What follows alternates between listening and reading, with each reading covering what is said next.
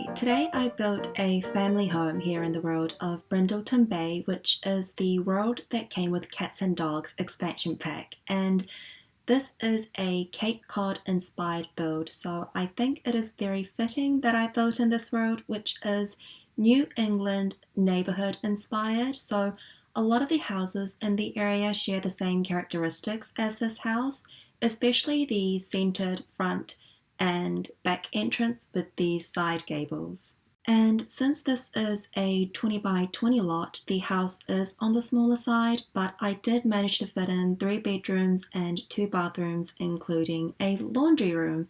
And although one of the bedrooms I did imagine was like a guest room for something like Airbnb in real life, since this house was by the water, and I did imagine just 3 Sims building here when I initially started building, and I just didn't want to convert the spare bedroom into an office because I feel like that's something I do so often. Anyway, I'm just painting the exterior of the house now. The shape is coming together, and I didn't really have any shingled siding as the exterior painting on this build, even though I know that is quite a key characteristic of a Cape Cod home, and that's because I just wanted to keep the colour scheme quite light and fresh and airy because it was by the water, and a lot of the colours that comes with Cats and Dogs shingle siding are quite dark and they don't really have the same kind of colour scheme that I was looking for. So when I was done with the exterior of this build, I sent a screenshot to my boyfriend who was asking me what I was doing at the time, and immediately he was like,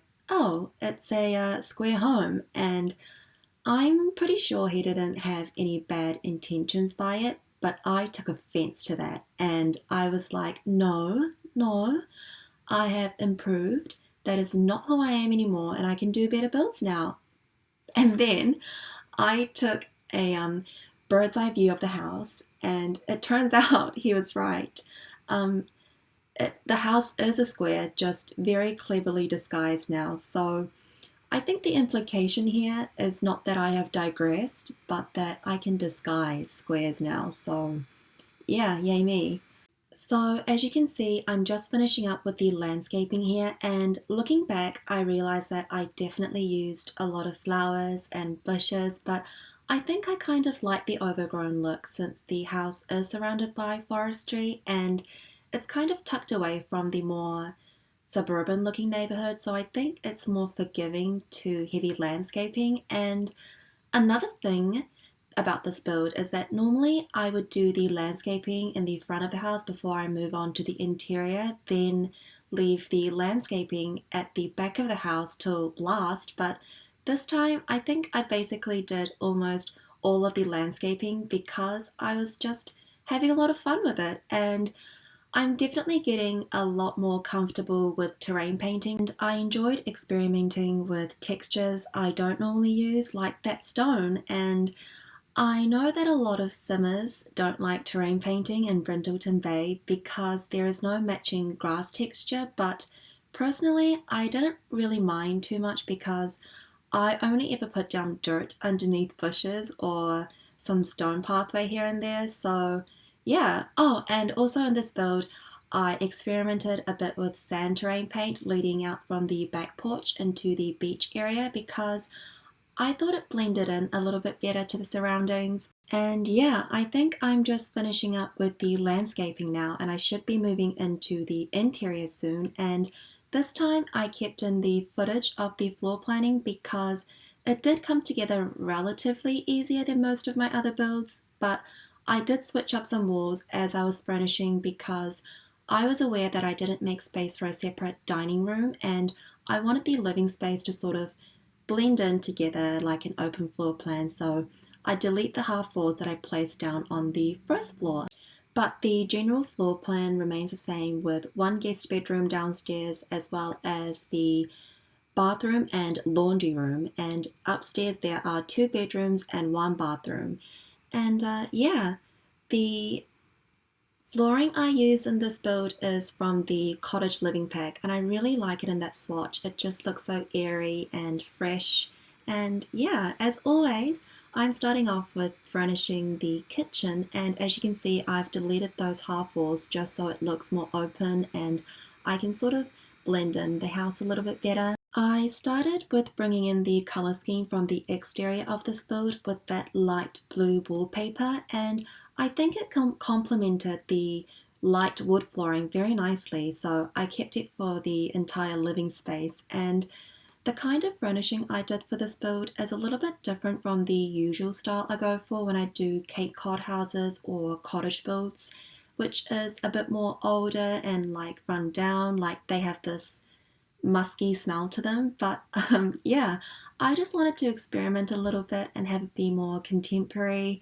Maybe the Sims living here are younger and they sort of livened up the place with newer furniture when they moved in.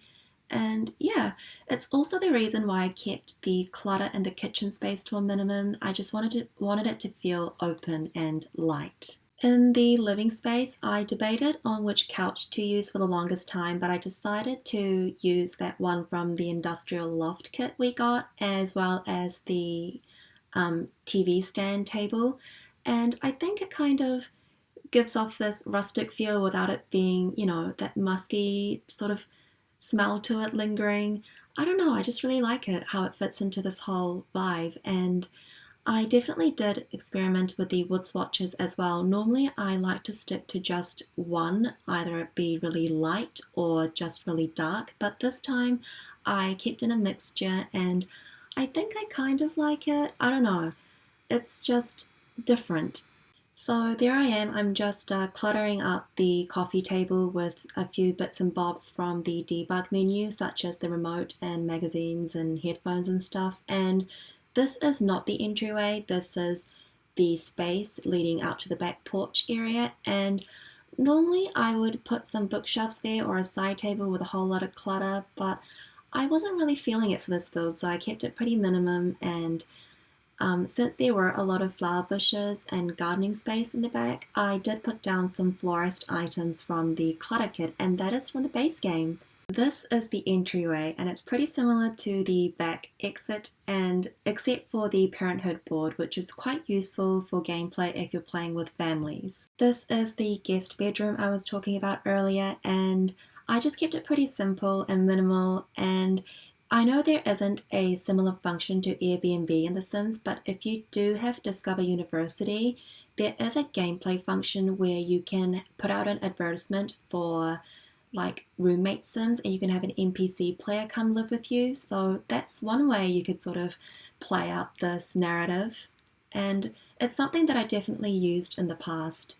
Anyway, I'm moving on into the parents' bedroom now upstairs, and I do this thing a lot where I combine side tables behind the bed, and I do that a lot when I don't have enough space on either side of the bed to fit in a side table, because a lot of the side tables that come in The Sims are quite clunky, and when they're sized down, the side lamps and things like that don't necessarily snap onto the surface.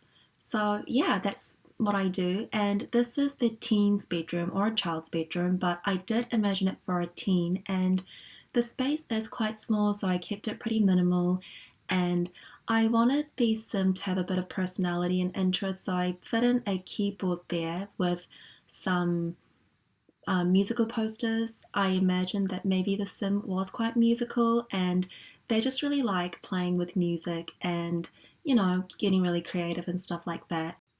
I also realized that I forgot to include a computer in this house, which is quite, important in Sims gameplay. So I just made a little desk nook here above the stair landing. And yeah, this is a little study space, I suppose. And now we're finishing up with the decorative part of the landscaping, just putting a bit of activities and a grill and some seating area in the back. So yeah, I think we should be heading into screenshots soon. So if you like this build and you want to see more, you can subscribe, and it'll never stop being so awkward for me to say that. Yeah, anyway, bye!